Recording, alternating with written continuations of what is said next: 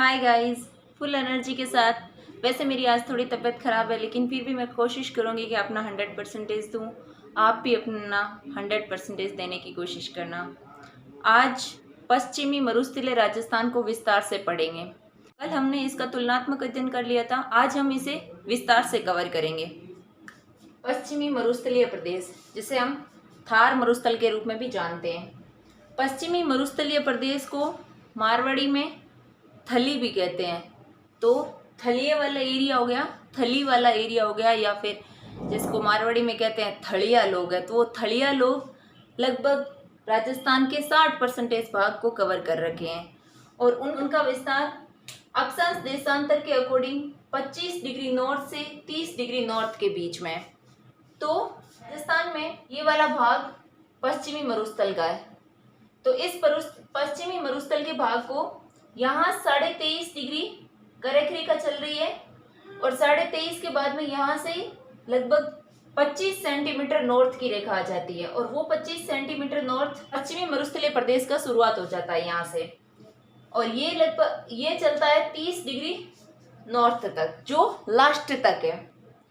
फिर इसको इन अक्षांश और देशांतर को एकदम एग्जैक्ट याद करने की कोई ज़रूरत नहीं है। अगर याद रह जाए तो बेस्ट, नहीं याद रह जाए तो हमें ब्रीफ आइडिया होना जरूरी है। और इसका विस्तार देशांतर के अकॉर्डिंग देखें तो 69 डिग्री 30 मिनट से लेकर के 70 डिग्री 45 मिनट्स ईस्ट तक फैला हुआ है। यह दोनों वर्ड ईस्ट में है, 69 और यहाँ 70, 25 एंड 30, इसको याद रखना है। पश्चिमी मरुस्थल को कल हमने तीसरी पीढ़ी मीन्स अपने एज का माना था। और तीसरी पीढ़ी का मतलब ये नहीं है कि वो वर्तमान में ही निर्मित हुआ है, वो कई करोड़ों सालों पहले निर्मित हुआ है, और वो निर्माण टर्शियरी और प्लीस्टोसीन काल में हुआ था। इन वर्ड्स को याद रखना है, कौन से काल में पश्चिमी मरुस्थल की उत्पत्ति हुई। तो वो काल था टर्शियरी भी आ सकता है, या फिर प्लीस्टोसीन भी काल आ सकता है। थार के मरुस्थल के विस्तार और निर्माण को देखने के बाद में हम इनके जिलों को देखते हैं। पश्चिमी मरुस्थलीय प्रदेश 12 जिलों को कवर करता है, और वो जिले हैं जिनको दो भागों में बांटा गया है। एक एकदम मरुस्थलीय और एक आधा मरुस्थलीय। तो एक पूर्ण मरुस्थलीय और दूसरा अर्ध मरुस्थलीय। पूर्ण मरुस्थलीय के अंतर्गत जैसलमेर, बाड़मेर, जोधपुर, बीकानेर, गंगानगर और हनुमानगढ़, ये वाला भाग ऐसा करके कुछ कवर कर रहा है। ये जैसलमेर, बाड़मेर, जोधपुर, बीकानेर, गंगानगर, हनुमानगढ़, ये पूर्ण मरुस्थलीय क्षेत्र को कवर कर रहा है। और सेकंड आता है अर्ध मरुस्थलीय, तो ये 6 इसके हो गए और 6 इसके हो गए, टोटल 12 है। अर्ध मरुस्थलीय में यहाँ जालोर, जालोर के बाद में यहाँ पाली, पाली के बाद में ये नागौर को कवर कर रहा है, नागौर के बाद में चूरू, झुंझुनू और सीकर, इन तीनों को कवर करता है। तो चूरू, झुंझुनू, सीकर एक साथ याद रखना है। फिर जालोर, पाली और नागौर, ये अर्ध मरुस्थलीय। इनमें थोड़ा थोड़ा मरुस्थलीय विस्तार देखा जा सकता है, और बाकी वाला पोर्शन इनका अच्छा खासा विस्तारित है। और पूर्ण मरुस्थलीय में जे तो कंटिन्यू है ही, और गंगानगर और हनुमानगढ़, श्री हनुमान, और बाकी वाला अर्ध मरुस्थलीय हो गया। ये है गंगानगर, हनुमानगढ़ और बीकानेर वाला भाग मरुस्थलीय तो आता है, पूर्ण मरुस्थलीय में आ रहा है, लेकिन यहाँ अभी सिंचाई अच्छी खासी होने लग गई है, और इस सिंचाई के कारण ये विकसित हो रहा है। इस एरिया के क्षेत्रीय स्वरूप में परिवर्तन आ रहा है। यहाँ कौन सी परियोजना चल रही है? गंग नहर परियोजना, इंदिरा गांधी नहर परियोजना, और इस नहर परियोजना के कारण इस वाले एरिया को अच्छा खासा पानी मिलने लग गया। थलिए की हमने अक्षांश देशांतर के विस्तार देख लिया, लेकिन अभी लंबाई, चौड़ाई और ऊंचाई को देख लेते हैं। लंबाई हमेशा किसी एरिया की मापी जाती है, तो वो किलोमीटर के अकॉर्डिंग मापी जाती है, या फिर मील के अकॉर्डिंग मापी जाती है। तो यहाँ किलोमीटर के अकॉर्डिंग इसकी लंबाई चौड़ाई है, और इसकी हाइट कितनी है, वो हाइट इसकी मीटर में है। पश्चिमी मरुस्थलीय प्रदेश की लंबाई 640 किलोमीटर है, और चौड़ाई 300 किलोमीटर है।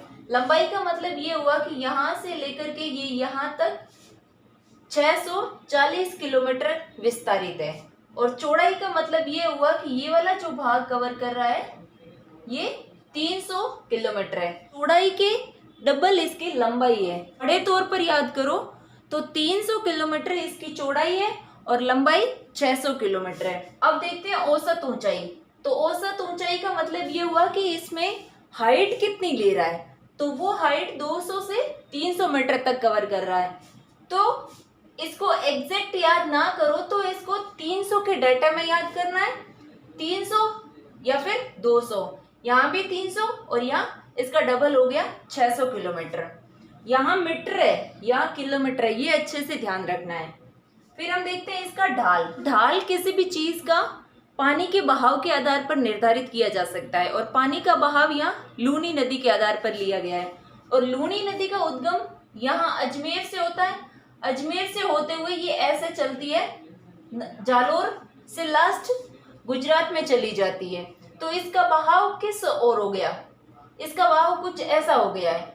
और ये बहाव यहाँ उत्तर और पूर्व से लेकर के या दक्षिण और पश्चिम की ओर है। दो भागों में विभाजित कर रखा है इसको। दो भागों में विभाजित करने का आधार रखा है वर्षा। हमने पहले रीड किया था कि मरुस्थल और अरावली को विभाजित 50 सेंटीमीटर समवर्षा रेखा के आधार पर किया गया है और उसी तरीके से मरुस्थल को भी दो भागों में वर्षा रेखा के आधार पर किया गया है और वो वर्षा रेखा है 25। तो हमें याद कैसे रखना है, यहाँ से 0 मान लेना है। तो 0 से लेकर के यहाँ तक ये 25 सेंटीमीटर है। तो ये वाली जो लाइन है ये 25 सेंटीमीटर समवर्षा रेखा है जो इसके एक भाग को दिखा रही है और वो भाग है शुष्क मरुस्थल। फिर यहाँ 25 से लेकर के 50 सेंटीमीटर तक इसका एक भाग कवर को हो रहा है और वो है 25 से 50 सेंटीमीटर भाग। इसको शुष्क मरुस्थल को 0 से 25 सेंटीमीटर तक याद रखना है और अर्ध शुष्क को, जिसको बांगड़ भी कहते हैं, 25 से 50 सेंटीमीटर वर्षा। और इनका इन दोनों का डिवाइडेशन 25 सेंटीमीटर समवर्षा रेखा के आधार पर है और मरुस्थल और अरावली का डिवाइडेशन 50 सेंटीमीटर समवर्षा रेखा के आधार पर है। शुष्क मरुस्थलीय भाग को भी इसकी विशेषता के आधार पर इसको दो भागों में बांटा गया है। एक बालू का स्तूप मुक्त प्रदेश और दूसरा बालू का स्तूप युक्त प्रदेश। इन दोनों का अर्थ क्या हुआ, एक में बड़े बड़े टीले बन रखे हैं और एक में बड़े बड़े टीले नहीं बन रखे हैं। तो पूरा मरुस्थल ये नहीं है कि टीलों से बना हुआ है, कुछ भाग ऐसा है जहाँ टीले हैं और कुछ भाग ऐसा है जहाँ टीले नहीं है। तो कितना भाग ऐसा है जहाँ टीले नहीं है, तो टीले न होने वाला भाग लगभग 40% है और इसको एग्जैक्ट याद रखना है कि 41.5% भाग पर बालू का स्तूप नहीं है और बालू का स्तूप होने वाला भाग है लगभग 60% और वो है 58.5%। इन दोनों में से कोई भी एक याद कर लो, एक ऑटोमेटिकली 100 में से माइनस हो जाएगा। और इन दोनों में सबसे बड़ा आंकड़ा कौन सा है, 58.5%, जो कि युक्त को दर्शा रहा है। इसका मतलब ये हुआ कि मरुस्थल में सबसे ज़्यादा बालू का स्तूप है तो वो 60% भाग पर है, लेकिन इसका एक बड़ा एरिया 40% एरिया ऐसा है जहाँ मुक्त प्रदेश है, मीन्स कोई बालू का स्तूप नहीं है। बालू का स्तूप किसे कहते हैं, तो पवनों द्वारा मिट्टी का निक्षेपण। पवन चलती रहती है तो वो पवनी क्या करती है कि अपने साथ में मिट्टी को बहा कर ले जाती है, लेकिन कहीं कोई अवरोध आ जाए या कोई ऐसी इस्लाकृति मिल जाए तो वहाँ क्या वो मिट्टी को निक्षेप कर देती है, वहाँ वो उसका जमाव कर देती है और वो जमाव कहीं कुछ अलग अलग आकृति में करती है, तो उसे बालू का स्तूप कहते हैं। बालू का स्तूप युक्त प्रदेश में सबसे ज़्यादा बालू का स्तूप कहाँ है, तो वो वाला एरिया है जैसलमेर जिले का। सर्वाधिक बालू का स्तूप सबसे बड़ा भाग जैसलमेर जिले का है, तो जैसलमेर जिले में सबसे ज़्यादा बालू का स्तूप है। और अलग अलग प्रकार के, जैसे खान हो गया, अनुदैर्य हो गया, ये अलग अलग प्रकार के बालू का स्तूप, सभी प्रकार के बालू का स्तूप जोधपुर में पाए जाते हैं। तो इसको ऐसे याद कर लेना है कि जोधपुर अब इस एरिया का सबसे बड़ा संभाग हो गया और सबसे बड़ा संभाग या सबसे बड़ी सिटी होने के कारण यहाँ वैरायटी मिल रही है, तो सभी प्रकार के बालू का स्तूप जोधपुर में मिलते हैं। तो मरुस्थल में कुछ भाग ऐसा है जहाँ बालू का स्तूप नहीं पाए जाते हैं, तो इसका मुख्य कारण है कि यहाँ कुछ भाग ऐसा है जहाँ पथरीली जमीन है और उस पथरीली ज़मीन को हम्मादा कहते हैं। ये वर्ड बड़ा इंपॉर्टेंट है, इस वर्ड को अच्छे से याद रखना कि पथरीली ज़मीन को हम्मादा कहते हैं। हम्मादा किसे कहते हैं, ये कई बार क्वेश्चन आ रखा है। तो हम्मादा किसे कहते हैं कि पश्चिमी मरुस्थलीय भाग के अंतर्गत जो पथरीली ज़मीन पाई जाती है उस पथरीली ज़मीन को हम्मादा कहते हैं। फिर हम इसको देखते हैं कि ये क्षेत्र, ऐसा कौन सा क्षेत्र आ रहा है कि जहाँ बालू का स्तूप नहीं पाए जा रहे हैं, और वो भी जैसलमेर का भाग ऐसा है कि जहाँ बालू का स्तूप नहीं पाए जाते हैं। जैसलमेर में कौन सा, पोखरण, जो रामदेव जी का क्षेत्र है, तो वो पोखरण जैसलमेर का भाग हो गया।